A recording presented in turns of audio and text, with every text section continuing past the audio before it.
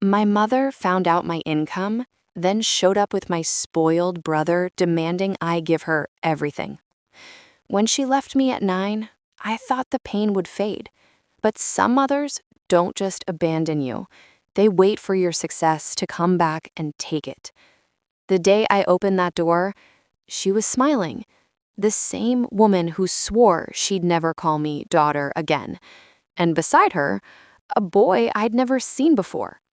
She said, "This is your brother, Marcus. You're doing so well now, and family should share."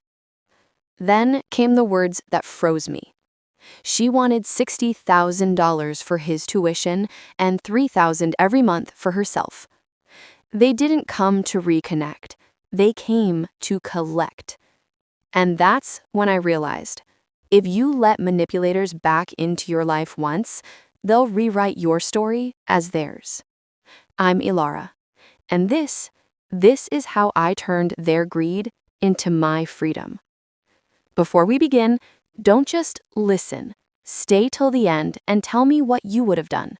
I read every comment, and trust me, this one will make you question everything about family. It was a Sunday morning, the kind of quiet that made the city feel asleep. I was halfway through my coffee when the knock came. 3 sharp taps, too confident to be a stranger. My stomach sank before I even reached the door. Some part of me already knew who it was. When I opened it, time folded in on itself. My mother stood there, looking almost the same as the day she left. Expensive perfume, perfect curls, and that smile she used to wear before saying something cruel. Beside her stood a tall, smug-looking young man with designer sneakers and a phone glued to his hand. "Elara," she said softly, as if my name tasted foreign to her lips. "You've done so well for yourself." I froze, gripping the edge of the door. "Mom?" The word came out brittle. "You don't get to just show up after 14 years. She tilted her head. 14 years? You make it sound dramatic. I just needed space back then. Family's family, right?" Her eyes swept through my apartment, my polished floors, the glass furniture, the framed awards. I could feel her calculating every detail like a banker reading numbers off a loan. Then she stepped aside, motioning toward the boy. "This is Marcus, your brother." He didn't look at me, just scrolled through his phone, smirking. "Half-brother," I corrected coldly. "What do you want?" That's when she smiled. "Nothing unreasonable. You're successful now, Elara. Your little data company is doing great. We just need a little help. $60,000 for his tuition, and maybe $3,000 a month for me, to help us get back on our feet." The air went still. My hands trembled, but not from shock, from fury. "You came here for money," I said, my voice shaking. She didn't flinch. "Oh, don't be selfish. Family helps family. You can't put a price on love." Marcus finally looked up, laughing under his breath. "Yeah, sis, you've got plenty. Don't make this weird." I wanted to scream, but instead I smiled. Quietly, slowly. The kind of smile that scared even me. In that moment, I realized something. The woman who taught me to fear abandonment had returned not for reconciliation, but for collection. She wasn't here to rebuild a bond. She was here to cash it out. I said softly, "You left me when I needed a mother. Don't come back now pretending I owe you one." Then I shut the door. But before it closed, she whispered something that froze my breath. "You'll regret that, Elara. You always do." Behind that door, my world didn't crumble. It awakened. I didn't know it yet, but that single knock had opened every old wound, and this time I wouldn't let them close it quietly. My phone buzzed seconds later.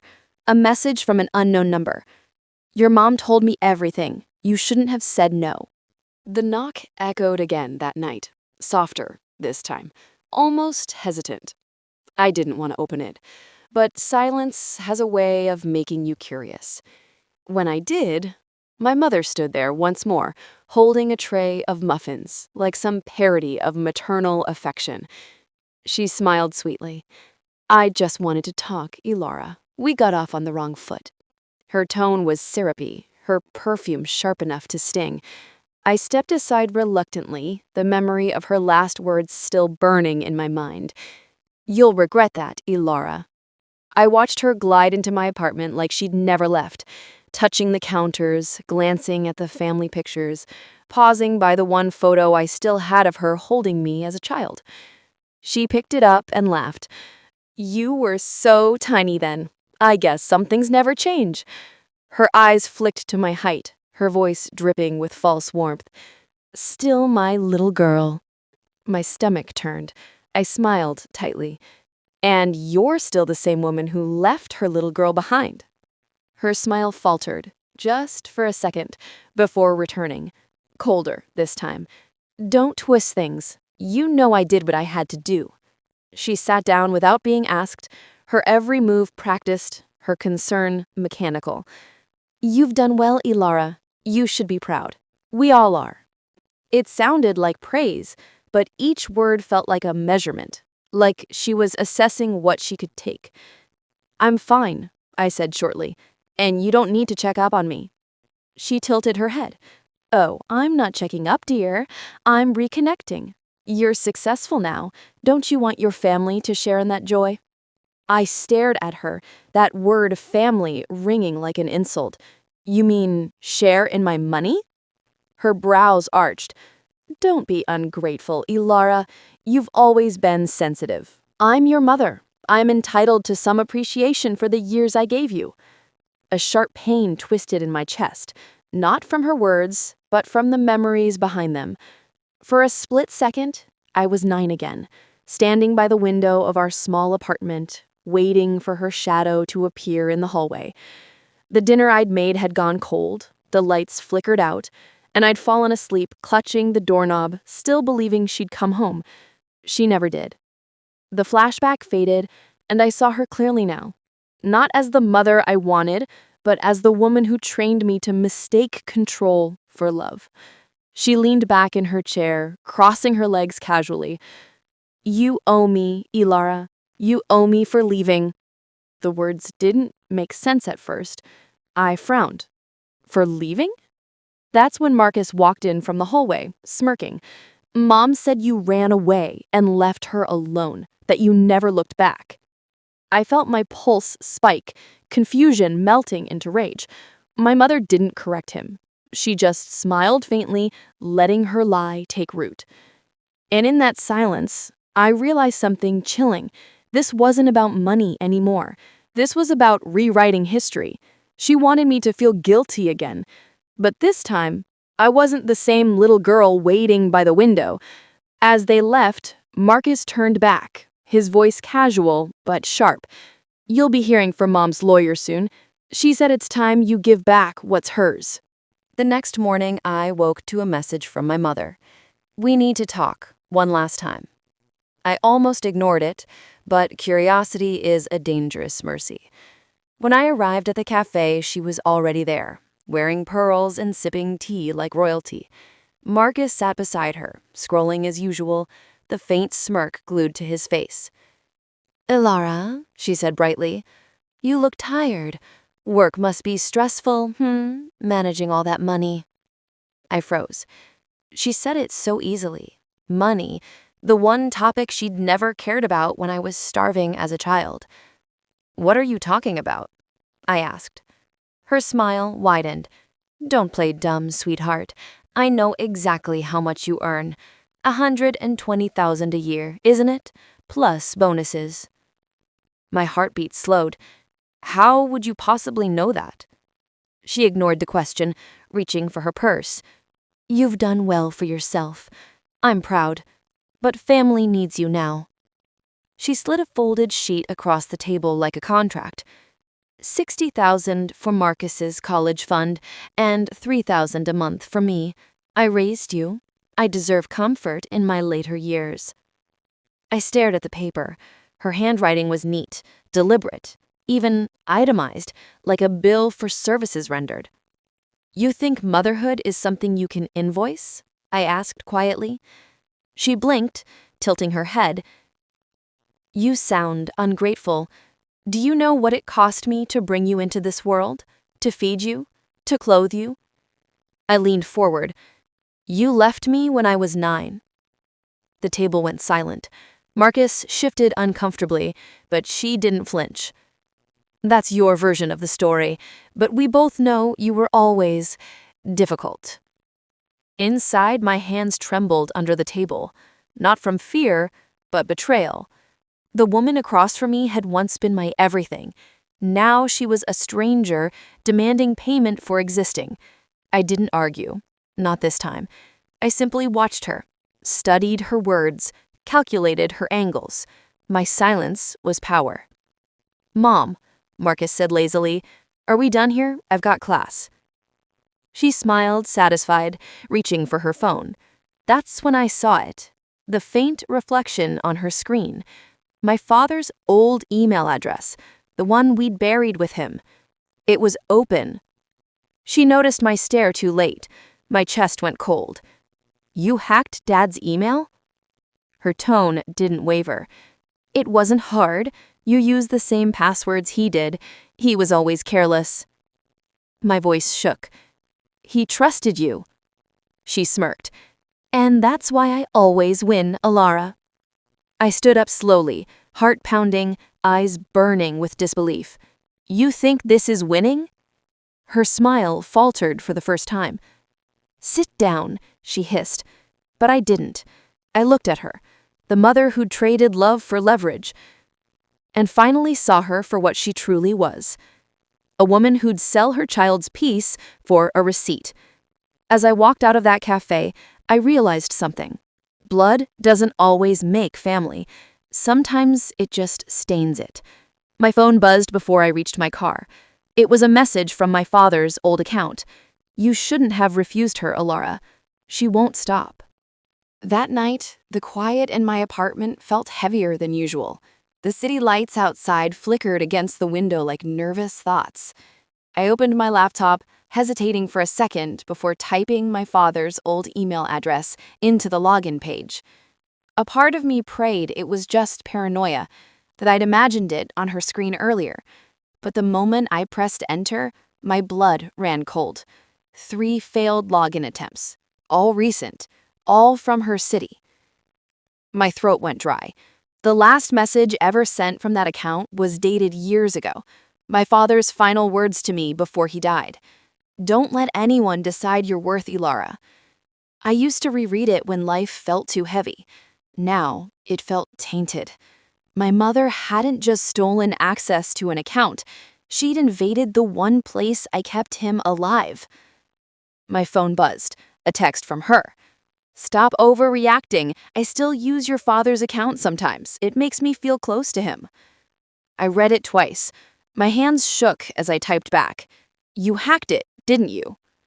Her reply came instantly. "Don't be dramatic. I've always had his passwords. It's not hacking if it's family." I stared at those words, my pulse thudding in my ears.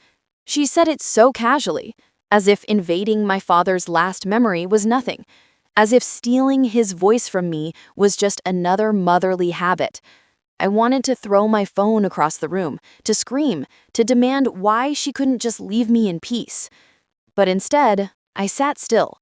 My silence was becoming my armor.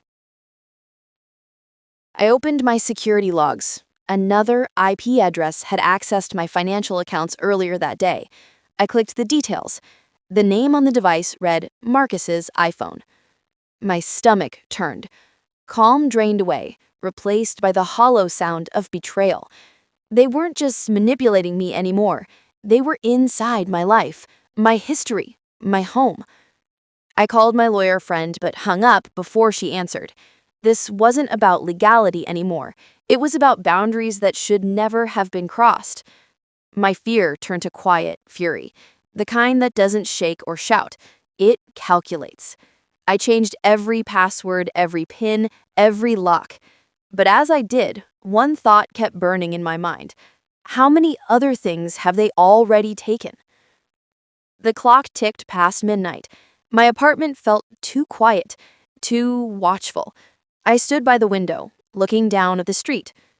That's when I saw him, Marcus, leaning against a parked car, scrolling his phone, looking straight up at my window with that same careless smirk. When our eyes met, he raised his phone like a toast. His lips moved slowly, deliberately. I couldn't hear the words, but I read them perfectly.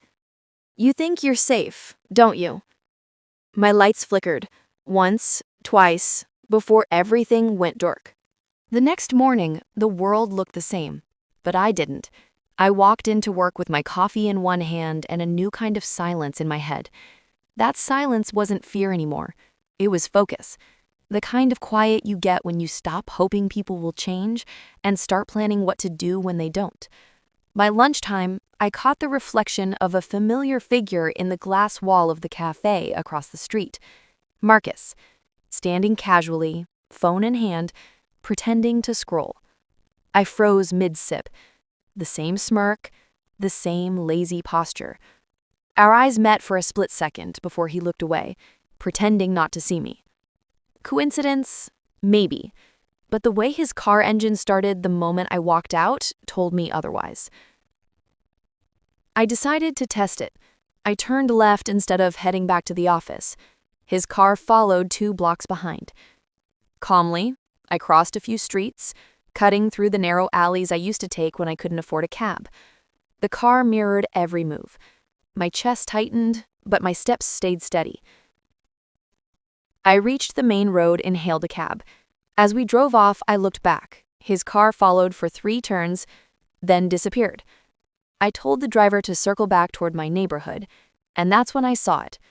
Parked 2 blocks from my building. The same car. My heart dropped. I waited until sunset before going out again, this time blending into the crowd. I followed him instead.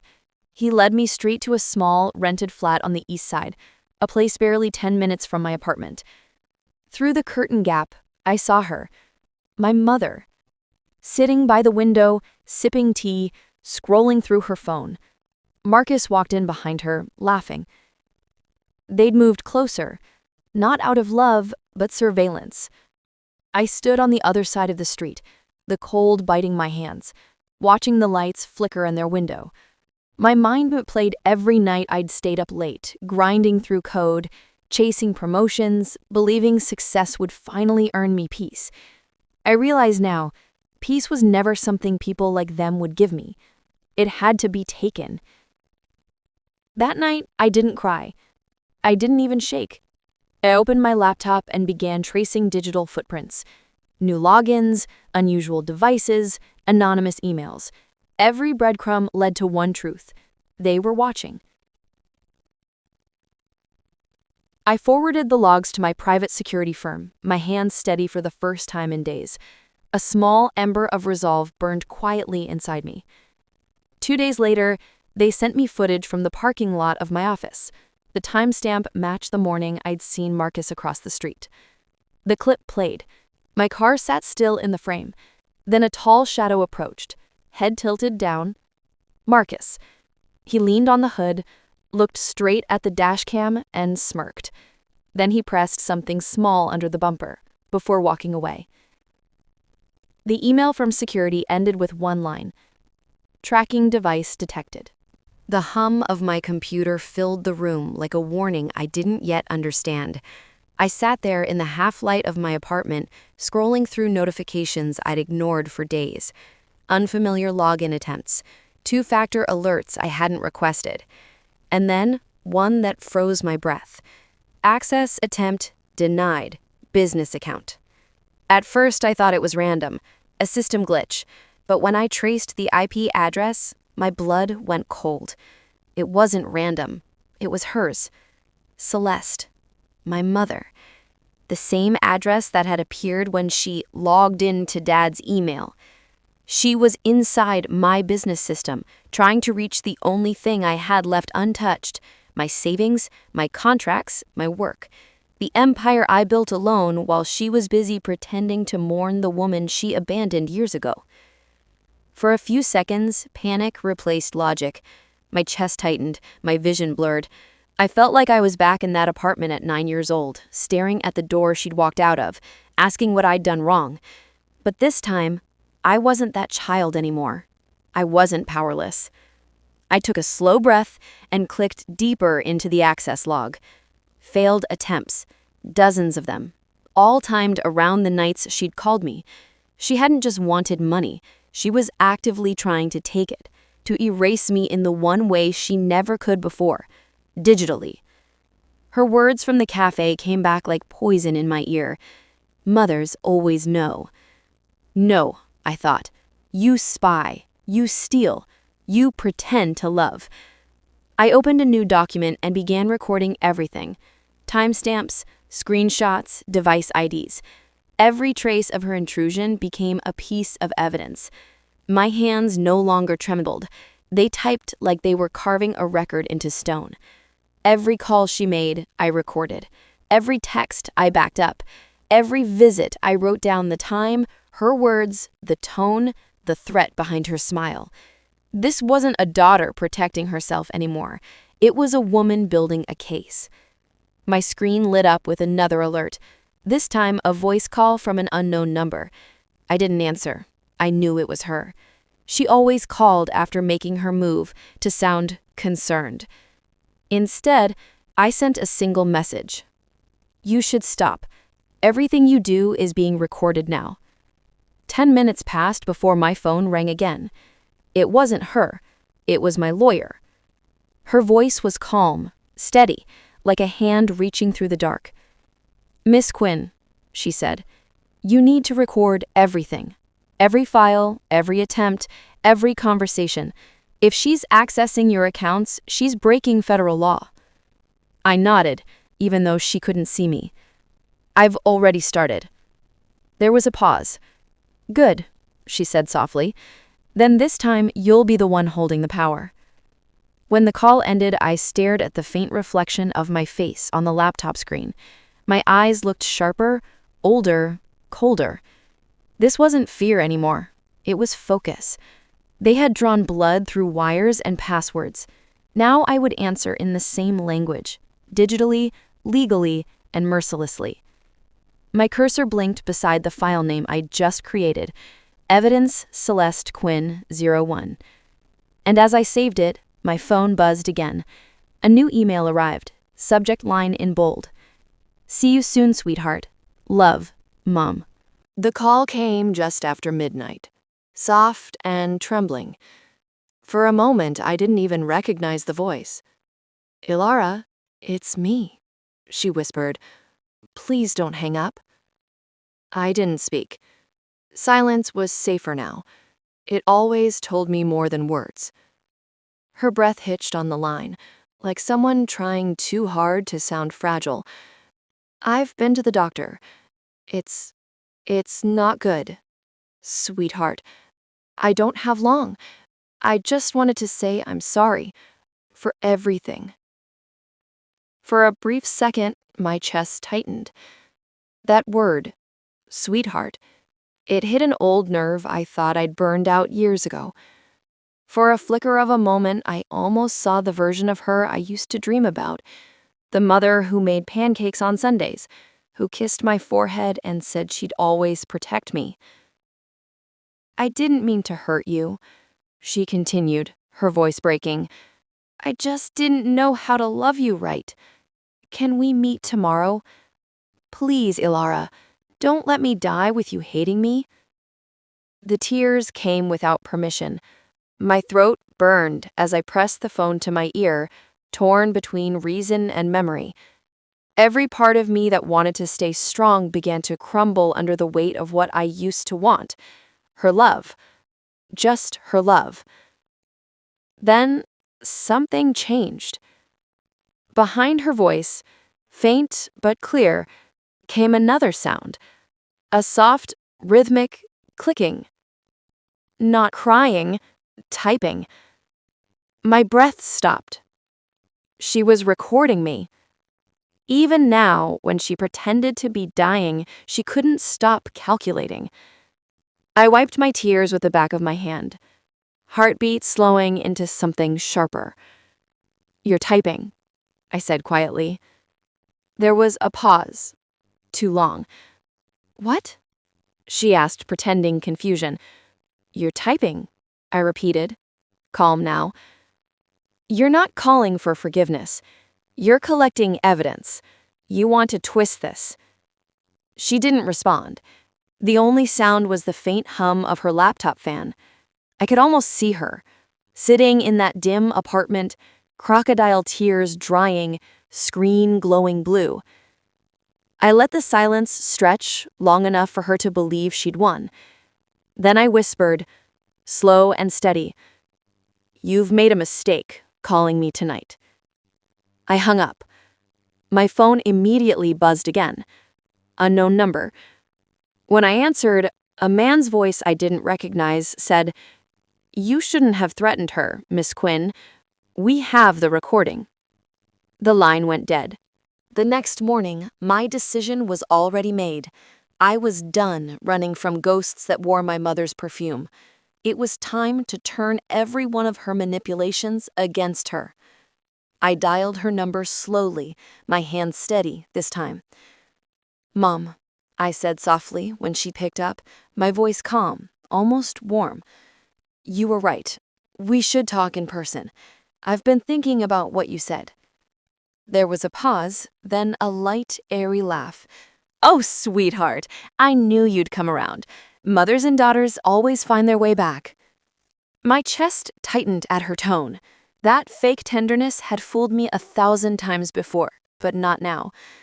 "Come by tonight," I said steadily. "We'll clear the air." "Perfect," she said sweetly. "Marcus will come too." "Of course." When the call ended, I stared at my reflection in the dark window. For the first time, I saw something new in my eyes: control. By dusk, everything was in motion. My lawyer sat quietly in the apartment next door, laptop open, police officers waiting outside, under the guise of an unmarked delivery van. I'd told them everything, every recording, every login attempt, every fake apology. And now they were going to watch how far she'd go when she thought no one was watching her. I placed 2 cups of tea on the table, one in front of the empty chair that used to belong to forgiveness. My hands trembled slightly as I smoothed the tablecloth, not from fear this time, but anticipation, the kind that comes when you know you're finally standing inside the fire, and it can't burn you anymore. For the first time, I controlled the stage. The doorbell rang. I exhaled slowly and opened it. There she was, flawless as ever, pearls glinting under the hallway light, smile perfectly practiced. Marcus followed behind her, phone already recording in his hand. "Darling," she said, stepping inside like she owned the place. "This feels just like old times, doesn't it?" Her perfume hit me first. Sweet, suffocating, familiar. I forced a smile and gestured to the table. "Yes, Mom, just like old times. Except this time, I wasn't the one being studied. I was the one taking notes." As she sat down, I could see the faint red light of Marcus's phone camera reflected in the tea's surface. The game had officially begun. Then came the sound. 3 soft knocks on the shared wall from the lawyer next door, the signal that everything was live. I smiled gently at my mother. "Would you like sugar in your tea?" She looked up, eyes narrowing slightly, suspicion flickering behind her perfect facade. "Why?" she asked softly.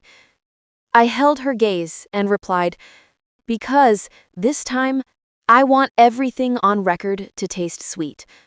Her smile faltered, and then Marcus's phone vibrated.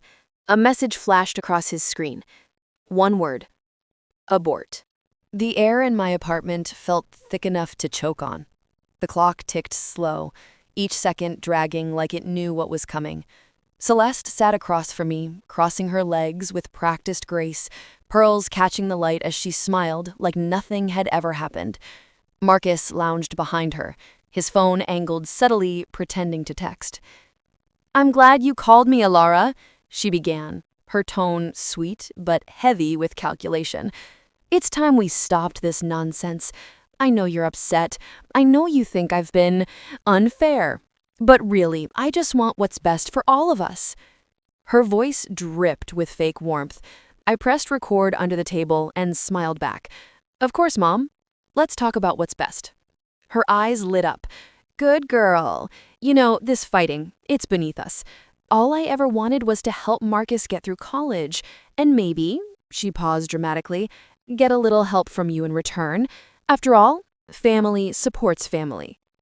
Every word she spoke was like a puzzle piece falling into place. I nodded, keeping my tone soft. I understand. So, the emails from Dad's account? That was you, right? She blinked but didn't falter. Well, yes. I needed your attention somehow. You wouldn't answer my calls. I just borrowed his login. It wasn't hurting anyone. My pulse quickened. She'd just admitted it. Fraud and impersonation in one breath. But she wasn't done. I also thought, she glanced at Marcus, that moving closer might remind you of your responsibilities. You've done so well, Elara. You can afford to give back. Don't you think it's selfish to keep it all to yourself? Marcus chimed in, smug.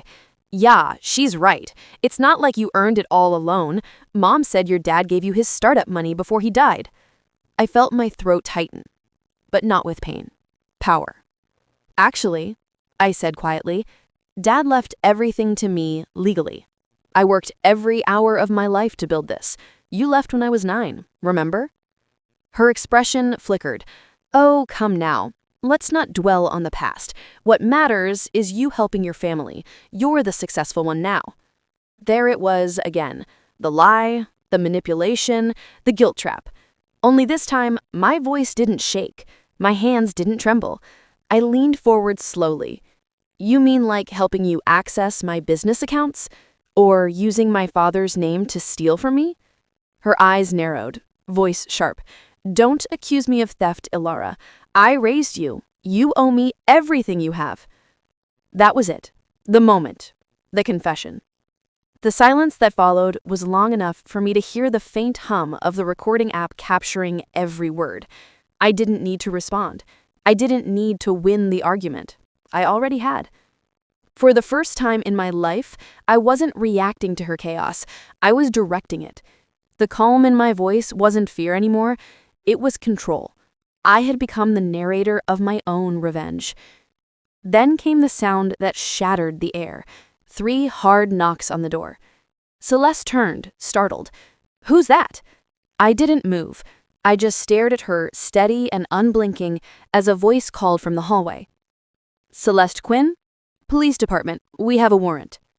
Her face drained of color. Marcus's phone slipped from his hand, hitting the floor with a dull thud. And for the first time in my life, my mother, always so composed, always untouchable, looked small. The knock came again, louder this time.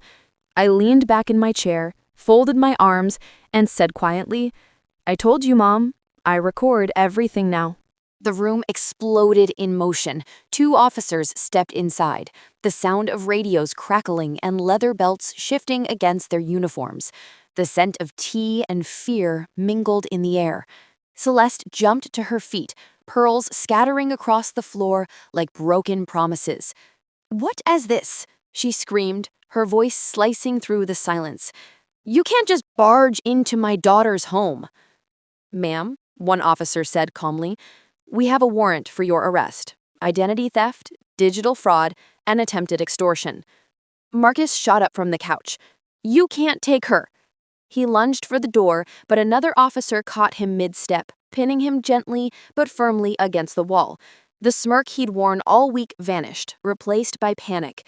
Celeste turned on me then, eyes wild, mascara running. You called them, didn't you? You set me up. After everything I did for you, everything I sacrificed? I didn't move. I didn't speak. I just stood there, hands by my side, heart steady for the first time in years. Watching her unravel wasn't joy, it was release. Her voice cracked. You ungrateful little girl, you're nothing without me. The words hit like stones, but they didn't break me this time. I had heard them all before in different tones in different years, but today they sounded hollow, the echo of a woman losing control of the one person she thought she owned. Mom, I said quietly, You took everything from me and still thought I owed you more. You used Dad's name. You tried to ruin the life I built alone. You call that love?" Her mouth opened, but no words came out, just a breath, shallow, furious, and defeated. The officers guided her toward the door, the apartment filled with the sound of their boots on the hardwood floor. Marcus was still shouting, threatening, promising revenge. But none of it mattered. The chaos blurred into white noise. Inside me, there was only silence. Not the kind that comes after destruction, the kind that comes with closure. The cute you earn. One of the officers paused at the door, turning toward me. "We'll be in touch, Miss Quinn." I nodded, my gaze never leaving her. As Celeste crossed the threshold, she twisted around, her eyes burning through me. "You'll regret this," she spat. I met her glare calmly. I already did. The door closed behind them, and the world didn't collapse. It exhaled. I stood in the middle of the room, surrounded by broken pearls, empty teacups, and the faint echo of justice. It didn't feel triumphant. It just felt right. Balanced. For once, I wasn't the girl waiting for an apology that would never come. I was the woman who wrote her own ending. The days that followed felt quiet in ways I'd never known before. No calls, no knocks, no threats. Just silence. Steady, clean, and uninvited. For the first time in years, I woke up without the weight of waiting for something bad to happen. The war was over. I made coffee, opened the curtains, and let sunlight fill the apartment that once felt like a hiding place. My phone buzzed occasionally. Notifications from coworkers, a few curious messages from old classmates. I ignored them all. I didn't need to explain.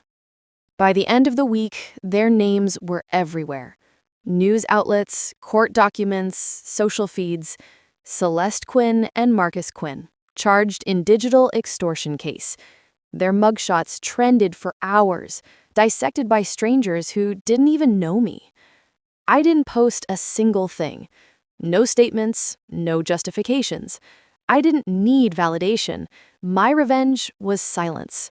In the same world where they tried to record me into guilt, I'd learned that privacy could be the loudest victory. The fewer words I gave them, the more powerful mine became. I spent those quiet hours reflecting, not on what they did, but on what I'd let them take from me for so long. My confidence, my peace, my sense of worth. All those years I'd mistaken survival for strength, when real strength was knowing when to stop fighting. Somewhere between those thoughts, I smiled. A real one this time. Not from triumph, not from pride. Just a small, quiet understanding. I didn't need an apology to heal. I just needed distance. On my desk, my phone screen lit up. A folder labeled Recordings. Dozens of files. Voices that once had power over me. Proof that I wasn't crazy, that I hadn't imagined the cruelty. I hovered over the last file, the one labeled Celeste Final. I pressed play one more time. Her voice echoed through the speakers. Sharp, cold, desperate. The woman who had tried to rewrite my life through control and manipulation. Then, without hesitation, I deleted it. The screen went dark. The silence that followed wasn't empty, it was full. I leaned back, closed my eyes, and whispered softly to no one in particular, "We're done." Outside, the city hummed. Traffic, laughter, life moving forward. For once, I wasn't part of the chaos. I was the calm after it. And that, I realized, was the truest form of revenge.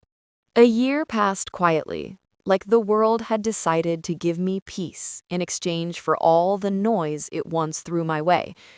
My life had rebuilt itself in calm tones, steady mornings, soft laughter from new friends, late nights filled with work I actually loved. The shadows were still there, but they no longer followed. They just existed behind me. It was on a Sunday, always a Sunday somehow. when the past found its way back to my doorstep. A single white envelope slid beneath my door. My name on the front, her handwriting.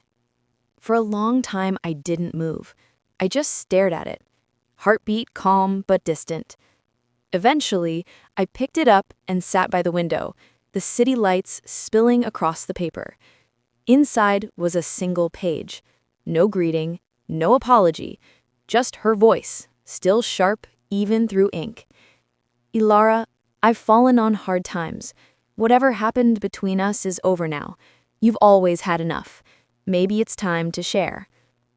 No remorse, no reflection, just another request wrapped in entitlement.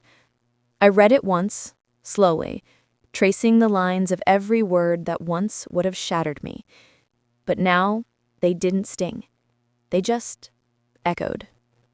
I set the letter on the table, struck a match, and watched as the flame caught the edge. The fire curled the paper inward, eating her words one by one, until all that remained was ash. Delicate, weightless, harmless.